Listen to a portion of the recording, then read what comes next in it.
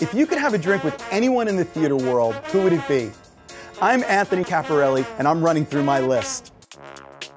Each week, I'll sit down with cast members, bartenders, and personalities from New York's theater district and get a behind-the-scenes look at what it's like to live, work, and play on Broadway. Come have a drink with us on Broadway Bartender. Welcome to Broadway Bartender. My name is Anthony Caporale. We are here at New World Stages in the heart of New York's theater district, home to my show, The Imbible, A Spirited History of Drinking. And this week, we are making coffee drinks for a couple reasons. First of all, our special guest this week spends a lot of late nights in theaters, and I think he's probably going to appreciate a cup of coffee. Second, we just opened our brunch show here at The Imbible. It's called The Imbible Day Drinking, and one of the things we do is tell the story not only of brunch and brunch drinks, but things like coffee, and we make an Irish coffee in the show. But in the show, we do a very traditional Irish coffee, the way it was actually created at the Buena Vista Cafe in San Francisco. We actually recreate the way they actually make dozens of them at once on the bar. But this week, our guest requested drinks that were sugar-free and also dairy-free. Now, considering that two of the main ingredients in an Irish coffee are sugar and dairy, I thought this would be a nice challenge, and maybe some of our viewers would also appreciate it. So we're going to do a Truvia sweetened Irish coffee with coconut cream instead of cream. So the very first thing that I'm going to do is we use very standard traditional Irish coffee glasses, which I love. Normally you would start with sugar cubes and some Irish whiskey, but we're using Truvia simple syrup, and all I've done is mixed equal parts Truvia, which you can get at any supermarket, and water, and you just mix it up. It dissolves very, very easily. It's one of the nice things about the product. And then I'm going to add an ounce of Irish whiskey to each of these mugs, and then top it up with some freshly brewed coffee. And freshly brewed is really important. We made this probably 5 minutes ago, and that goes almost up to the top, but you want to leave enough room for the cream. Now again, in a traditional Irish coffee, we would be using full heavy cream, but we're going to use coconut cream that I've sweetened, again, a little bit with some Truvia. And all I'm going to do is pour some of this coconut cream into my mixing tin. I want to thicken it, because the whole thing about an Irish coffee is the cream needs to float. And if you don't shake the cream, it will sink to the bottom of the glass. And if you do shake it, it will aerate and float. So we're going to do what's called a dry shake, and that's just shaking an ingredient without ice. And all I'm trying to do is introduce air into this ingredient. And again, we normally do this with cream, but it works beautifully with coconut cream. It only takes about 15 or 20 seconds. Just going to thicken it up a little bit, and those air bubbles are going to keep that coconut cream floating right on top of the drink. And what you want is the contrast between the cream, that nice cool cream, and the hot coffee. So I'm going to float this using my spoon right over the top of the drink.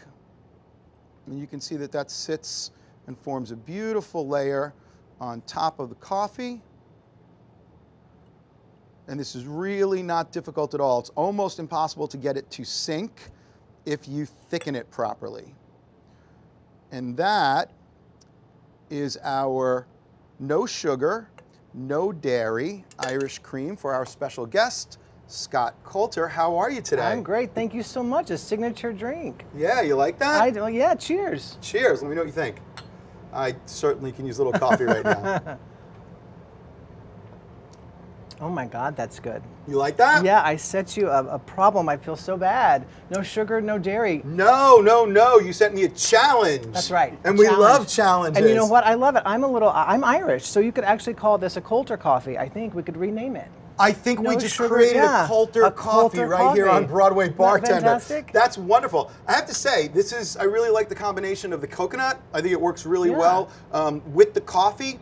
And stevia is my go-to for zero-calorie, non-sugar sweeteners because it doesn't add any aftertaste. It just it brings almost a little bit of citrusy kind of vanilla flavor to the drink, but that's it, and then just sweetens it. So I think this is a lovely drink. Yeah. So thank you. Think how many you're going to sell at brunch now. Exactly. Coulter coffees, I love it. I think I may offer this in the show. Okay, so let's talk about what you do because I am fascinated by the career that you have kind of carved out in the performance world. You are a cabaret performer and also an entertainment producer, right? Okay, so Again, we get a lot of people watching Broadway Bartender that maybe don't live right here in the theater district and aren't as familiar with some of the different aspects of theater. Explain cabaret, first of all, and the rest of what your business is. What else do you do? Well, I moved to New York to be a musical theater performer, to be, you know, a Broadway star. Really interesting. I don't know that anyone's ever tried that before. I thought that sounds unique and different, and I think I'll give this a shot. Okay, great. So I came here and I did a couple of regional things and a national tour, and I'd only been here a couple of years, but I was frustrated that things weren't moving fast enough. So I decided I'd sing in a bar. So this is perfect. So I did my very first cabaret show with some people that I had graduated college with, the University of Cincinnati College Conservatory of Music, CCM. We remounted a version of our senior showcase, and at a club called Don't Tell Mama, where they serve alcohol in the room. And the last night of our 3-show run, a critic happened to wander in and ended up giving us a Bistro Award for Review of the Year.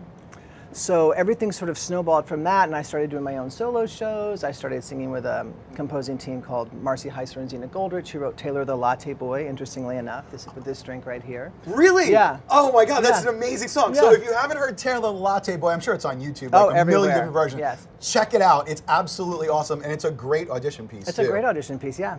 So I've been singing with them for almost 20 years, and through them I met Stephen Schwartz, who invited me to go on the road with him and do a series of concerts called Stephen Schwartz and Friends with Stephen, myself, Tony winner Debbie Gravitt, and Liz Calloway.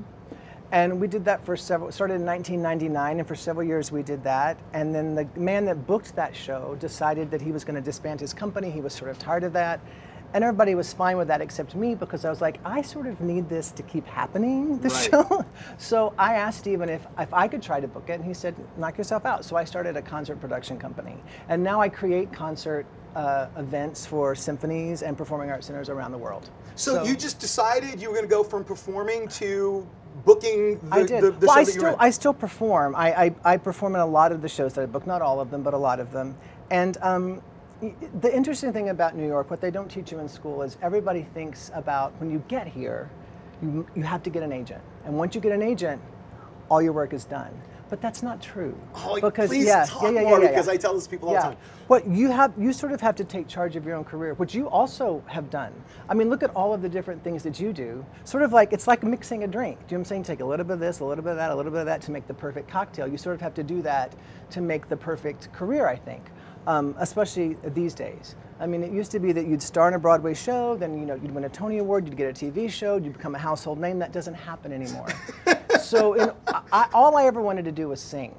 That's all I ever wanted to do. So I thought, I'm going to find a way to do nothing but music. And so far so good. Knock on stainless steel, I believe. Steel, yes. Well, congratulations. That's amazing. And yes, this is not only a template that I have personally tried to follow, but when I work with up-and-coming actors, it's something that I talk to them about, because it is, I think, one of the biggest myths is that you move to New York and the very first thing you need to do is get an agent, and then you perform the rest of your life.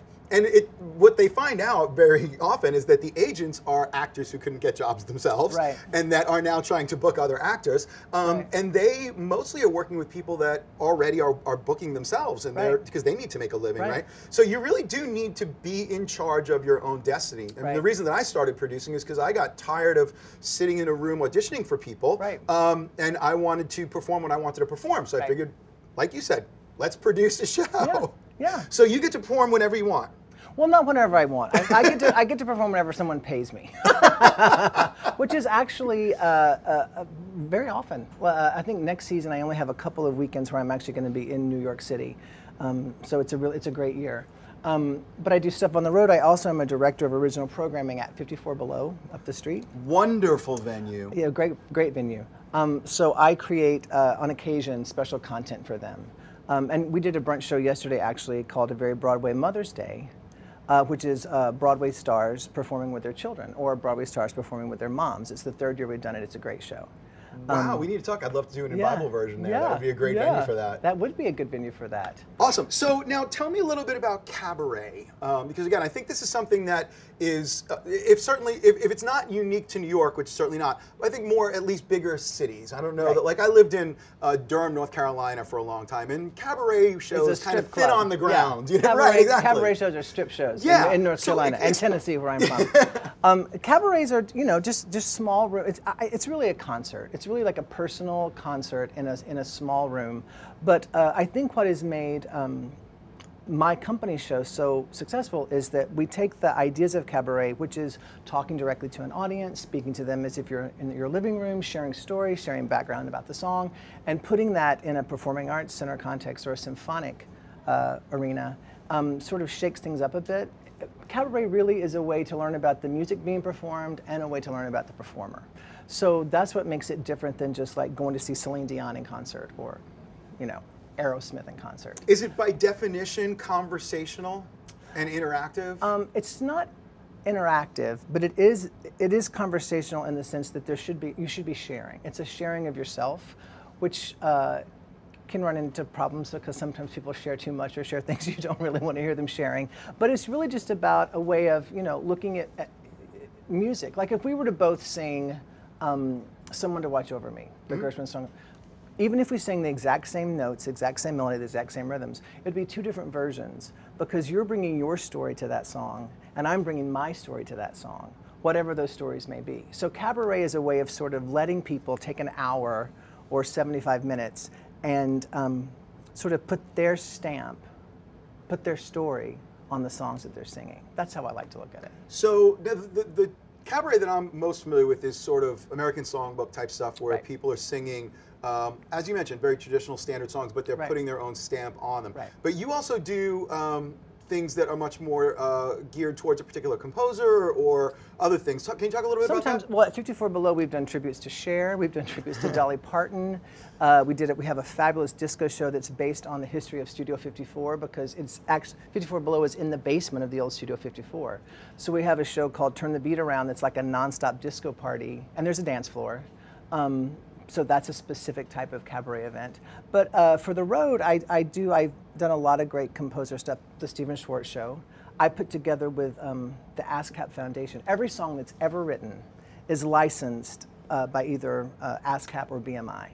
Like if you buy sheet music at the bottom, it'll be the copyright is either with ASCAP or BMI. Can you give us the like 2-second again because I know people have seen these initials everywhere, but what do they mean? Like give me ASCAP is the American Society of Composers, Authors, and Publishers, and their job is actually to track the performance of songs around the country and around the world to make sure that the royalties from those performances reach the composers, the people that wrote them. And in the 70s, the widow of the man who wrote "Take Me Out to the Ball Game" left all of the royalties from that song to ASCAP so that they could start a foundation to sort of educate and entertain people around the country.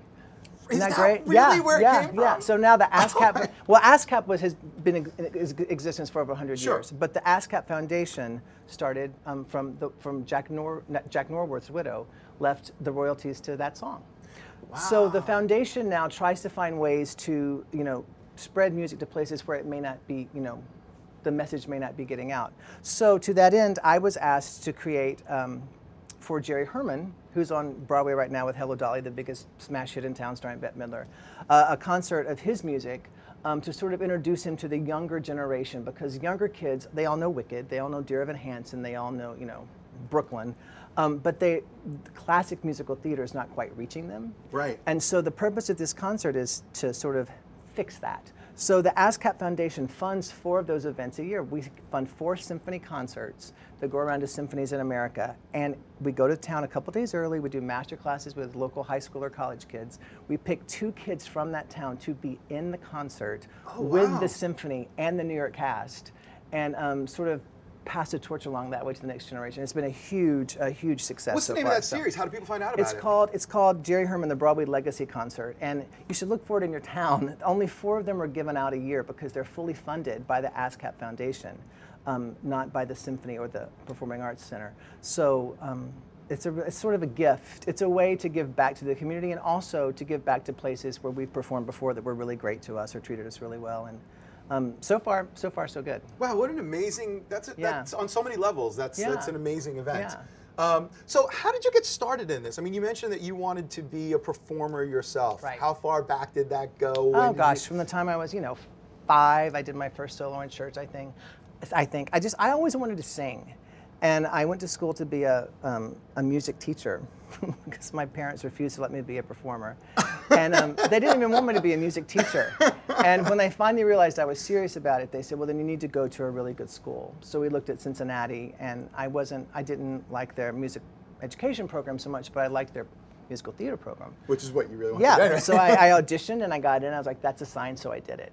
So I mean, the thing I tell people all the time is if there's something in your life that you love, if you wake up every day and say, I have to sing today, then you should do it. If you wake up and say, I could sing today, I could go to the park today, I could, go to a ball game, then maybe it's not for you. Right. But you're the same way. Like you have a passion. Yeah. Every day that's like in the forefront of your mind. If you wake up with something every day that makes you feel alive, you should follow that path. And you should say yes all the way along the way, I think. I think that's a very key component, especially for young people starting out, is that you're going to get asked to do stuff for free or for not much money or that maybe you don't want to do. But if it's not totally beneath you or, doesn't call your integrity into question, you should always say yes, because you don't know who you're going to meet in that job or in that performance opportunity that's going to help you down the line, or you have no idea where opportunity lies. And so many people sort of just sit back and wait for opportunity to knock on the door, as opposed to, building the door and opening it yourself. Right. So. Yeah, and I know so many, especially performers that are just starting out, are so focused on trying to get to that living wage as quickly as possible, which you absolutely need to pay the rent. Yes. But at the end of the day, I always encourage people, get your name out there, get your performance out there, do it, for free if necessary. And then when people see you, hopefully the offers will come. Absolutely. But again, I love the idea of taking control and creating the production opportunities yourself. I think that's, it's such a good way to stay in the business long term. Because I know, I have friends that have been in shows that have won Tonys, and then when the show closes, they're out of work. They're waiting tables again. Right. It's a difficult business to achieve longevity in unless you have some sort of a say. Yeah. In what your destiny is. And it's so interesting. There's a great, so I'm not going to tell you who it is, but it's a very famous musical theater actress, a Tony-winning musical theater actress, and she was doing a straight play. She's a musical actress, but she was doing a straight play many years ago. And a friend of mine was selling headsets at the theater where the show was going on. And it was a 3-act play. She wasn't in the second act. So she and my friend would, ended up finding themselves every night during the second act outside just chatting. And one night he said she was in a really foul mood, and he didn't say anything, but he could tell something was wrong. And finally she said, oh, that should have been mine. And she pointed across the street to where a new marquee had gone up, starring another musical theater legend in a role that this legend thought she should have been playing. And I thought that's such an interesting story, because no matter who you are, you always have to get the next job. There's never nobody ever has a career where they don't have to get the next job. So it's sort of like one of those little hamster wheels. Like it never stops. You're just always running on it, always running on it. And if you don't somehow take control of it, you're always at the mercy of someone else giving you the opportunity that you want. So, well, sort of like the Bible, which you wrote. Yeah. Right? Yeah. I mean, it's the same thing. Yeah. I mean, again, it's something that I wanted to do, and so rather than pitch it, just produce it, right? Absolutely. But again, it takes a certain sort of, I guess, personality and things that maybe not everybody possesses. But I do think that even people who just want to be performers should find other ways to make a living in the business. And teaching is another great way to do it. Getting in the production end is another great way to do it. Today, marketing and social media, I know so many people that are, rather than do marketing and social media for a pharma company, which there's nothing wrong with, wonderful, but if your passion isn't pharma and it's theater, do it for a theater company. Absolutely. So yeah, I think it's really important. And again, I just think that I was so glad that we were able to have you on the show, because I think it's such a great example of how someone can perform long term on their own terms. I think it's just, and I salute you for that. Well, I think thank it's you, wonderful. and I you. Cheers. Yes. Thank you. And thanks for the signature drink. This is so cool. Oh, awesome. So I want to have you make the next drink, but I got to ask you really quickly. Can you talk about the Broadway Rising Stars program? Yeah, this is a really great thing. Cool. So I think for the last 11 years, the Town Hall here in New York City, which is a historic theater in town, 1,500 seats, it's actually the theater where the phrase "there's not a bad seat in the house" was coined. You have a great story. Yeah. Isn't that great? Yeah. Stuff. Well, that's just, it's part of the Town Hall legacy. And actually the best seats are actually in the balcony because the sound is exquisite there. But every year they do a concert there, which is produced and hosted by Scott Siegel, called Broadway's Rising Stars. And I've been fortunate enough to direct it for the last 10 years. The first year I co-directed with Emily Skinner.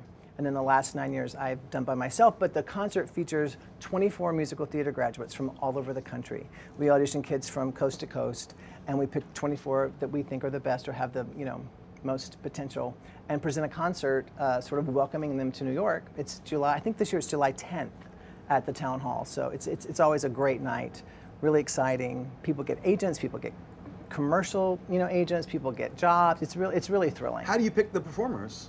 A lot of them come in and audition for us. I'm headed right now after I down this delicious drink to auditions, the final callbacks, where I'm sure everybody's going to be fabulous because I want to be a little coffee toasted.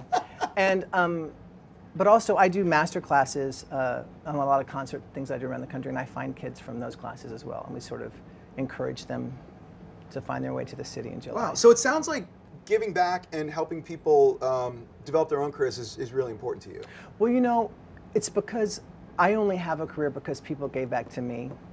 Most importantly, I mean, Marcy Heisler and Zena Golders have been great to me, as has Scott Siegel. But Stephen Schwartz has been huge in my life and has been so supportive and giving and generous. And sort of by his example, I mean, to me, he's the pinnacle. Do you know what I'm saying? He's one of my absolute heroes. Right. Yeah. He's at the top of the mountain, and he's constantly pulling other people up, which I think is such a beautiful legacy for himself, but also a lesson to me to, there's room for everybody at the top of the mountain.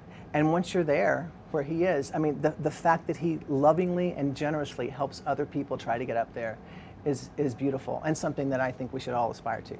Wow, Godspell is my all-time top favorite show. It is? Oh, I absolutely, and I was just telling someone in the Bible, I actually used very loosely the format of Godspell. It's a narrator telling stories that are acted out by the rest of the cast. Fantastic. Because that was such a formative show for me. Yeah. I couldn't agree more. I think he's absolutely wonderful and a genius. He is.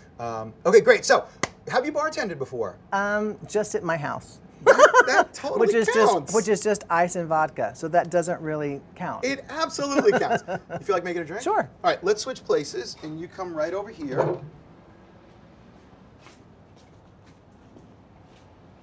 See, I said you should always say yes, right? So I'm always saying say yes. So we're going to stick with the coffee drink theme, and we're going to keep most of the ingredients, but we're going to switch up the proportions a little bit. We're going to use vodka in this one, so we're going to do a macchiato martini. Ooh, that sounds a mocha fancy. Macchiato martini, because I like alliteration. Okay. Okay, so first thing you're going to do is, in that mixing tin, there should be an ice scoop down there. Just put a couple scoops of ice in that mixing tin. And we're going to use espresso this time instead of brewed coffee. So the first thing I want to do is add some coffee powder. So just put a couple scoops of, just shake a little bit into there. There into here? Yeah. Then this isn't rocket science. You can make it as chocolatey or as not chocolatey as you would like. Good. And then you're going to take that spoon. Good. And you're going to you can use the back is a little easier. Yeah. And just kind of stir it up a little bit. And get that cocoa powder at least incorporated into the liquid a little bit. Fantastic.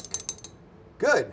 Yeah, perfect. Okay, so now in this tin, we're going to do 2 ounces of vodka, which is the bottle on your left. And I want you to turn it all the way upside down and count to 4, because each 2 count is 1 ounce. Oh, You've seen bartenders do this. Yeah, but I count wrong at my house. Well, so with most pour spouts, 1 count is a ½ ounce. Okay. Great. So now we have 2 ounces of vodka in there, which is exactly what we need. And we're going to now add coffee, and I want you to do the same thing. You're going to pour the coffee, and I want you to count to 4. Great. Now we need to shake this up. So you're going to take that clean glass, put it right on top, pull it towards you, and then twist it a little bit so that it locks. Great. 1 hand on top of the tin, 1 hand on the bottom of the glass, and I want you to just shake it up really good like you see them do on TV.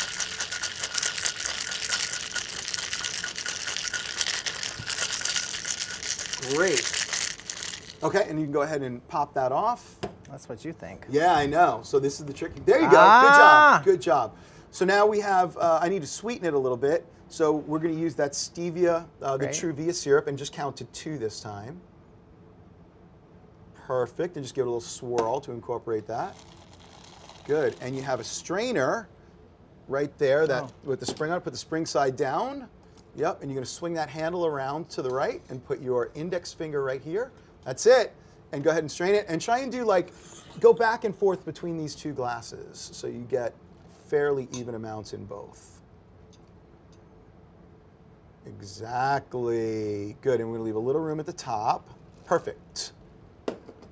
Perfect. And now we have some more coconut cream here, which is thickened in that tin. So you go ahead and pour a little bit into that tin. And you're going to shake it again, but this time with the dirty glass. And you only need to do this for a few seconds. And we're going to just dry shake this coconut. Good, and that will do it. And for a macchiato means stain in Italian, and it should just be stained with cream. So I just want you to take the spoon and scoop some coconut cream and just drag it right along the top. So what you see in kind of mass coffee shops isn't a traditional macchiato. If there's more than about that much cream, you're really looking at a latte. So that's exactly what a macchiato should look like. Well, that is. That is. They look beautiful. All right, you want to try that? Sure. Here, I'll drink the yucky one. You take the nice one. Oh, thank you so much. Thank you. Cheers.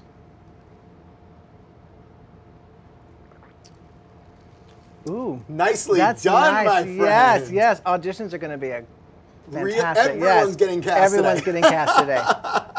Scott, thank you so much. Where can people find you on the internet?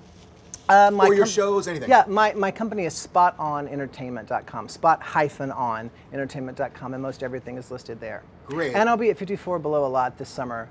We're doing a cast reunion of Hello Mudda Hello Fada, the Alan Sherman musical. We're doing a night where the cast of Cats sings Andrew Lloyd Webber. We're doing 54 Sings Chess, which has been a big hit for us again in August. So a lot of stuff going on there too in town this summer. That's some of my favorite music. I gotta get to some of those. You gotta come. Fantastic. Scott COULTER, thank you so much Thank you. It's a pleasure. for coming. Folks, you can check us out on the internet, BroadwayBartender.com. We'll have recipes. Also, my show, The Imbible, imbible.nyc. Tune in next week. Drink well, drink responsibly. You did a good job. I'm a good teacher. That's good, nice. isn't it? Yeah, it's really good. Yeah. Bravo! Bravo! Thank you. Take me out to the ball game. We'll Isn't never that have the something? same meaning. Isn't that to me. amazing? That is incredible.